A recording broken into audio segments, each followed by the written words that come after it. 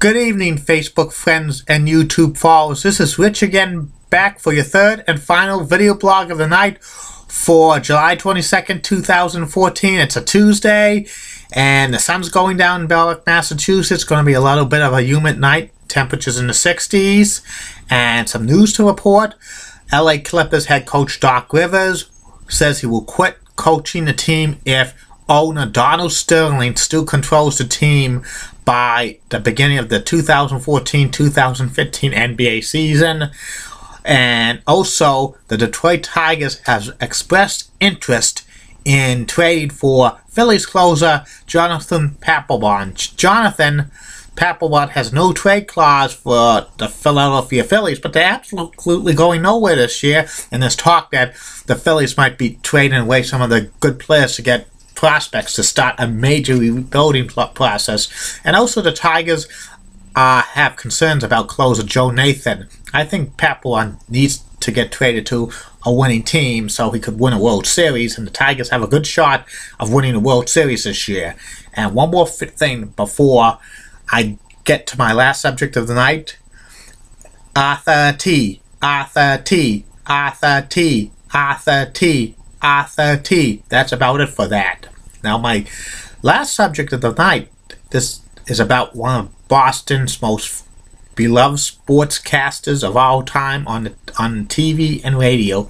This guy's name is Don Gillis. Don was one of the most famous sportscasters of all time in Boston. His career spanned over 40 years in the television and radio side.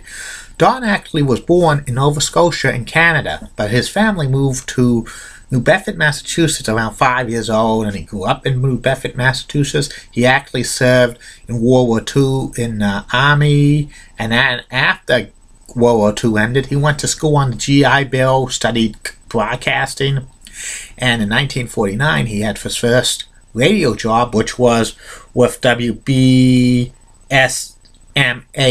in New Bedford, Massachusetts. He was the first sports director for that radio station. 2 years later, he moved to Boston, Massachusetts, and he played to the old WHDH 850 AM. At first, he was a music programs. He hosted music programs, but then a few years later, his true calling was hosting sports shows and doing sports games for WHDH, because back then WHDH had the radio rights to the Boston Celtics, Boston Bruins, Boston Red Sox, and Harvard football games, and Don Gillis hosted the Red Sox games on the radio. He was a pregame host for Red Sox games. Actually, in 1957, for 1 year, he did play-by-play of the Boston Red Sox, because Red Sox play-by-play announcer Kirk Gowdy missed a whole year with a back injury, so he couldn't do the game. So Don filled in for him. Also, Don was a color man to Boston Celtics games and Boston Bruins games on WHDH radio. And he also, for many years, was a play-by-play announcer of Harvard football games on the radio as well. And also, Don hosted a sports talk show, weekly sports talk show called The Voice of Sports on WHDH for many years. And he was real popular with that show. In the early 1960s, Don Gillis moved from the radio to WHDH TV Channel 5 in Boston as a sportscaster. His first day on the job was October 1st, 1962, which is the same day that Johnny Carson started his nearly 30-year run as host of The Tonight Show. That's an interesting fact. Don Gillis was a popular sportscaster on WHDH TV in Boston, which eventually morphed into WCVV Channel 5 in Boston, which was owned by the Boston Broadcasting Company, and Don was a stockholder for WCVB Channel 5 as well. 1966 and 67, Don Gillis did play-by-play for Celtics games on the old WHDH TV in Boston. And the next year, 1967, he hosted some programs about the Red Sox Impossible Dream run on television. And then in that same year, he started his nearly 30-year run as host of Candlepin Bowling on Channel 5 in Boston.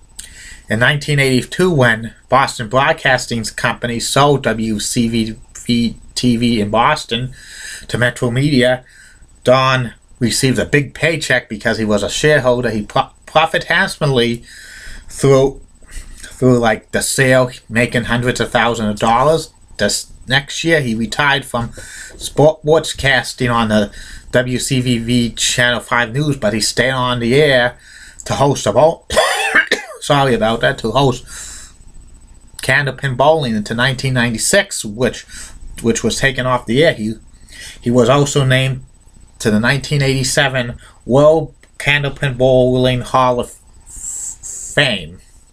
Yeah, and his son Gary Gillis was also in part of Boston sports television as well. He was a sportscaster and newscaster for many years on Channel 7 Boston, which he lasted for that role until 2005.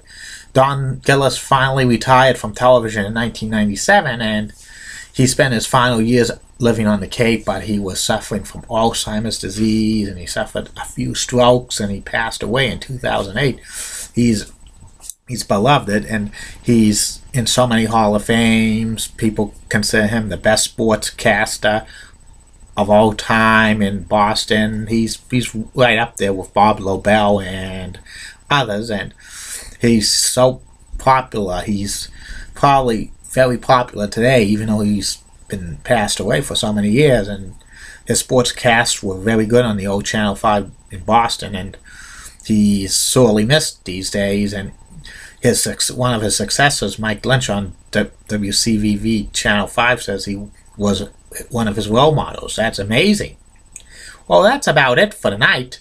I will be back tomorrow for at least 3 to 6 more of these vlogs. The next subject I'll have on my Hall of Fame series on who should be a Hall of Famer will be closer Trevor Hoffman. And maybe later on this week, I'm probably going to do a special profile on the 2014 Baseball Hall of Fame inductee Tom Glavine, who grew up in Billerica, Massachusetts. He graduated in Billerica High School in 1984, and I'm going to tell you a little bit about him on this video blog, probably coming Saturday night. Well, this is Rich signing off for the night. See you tomorrow, Facebook friends and YouTube followers. Bye.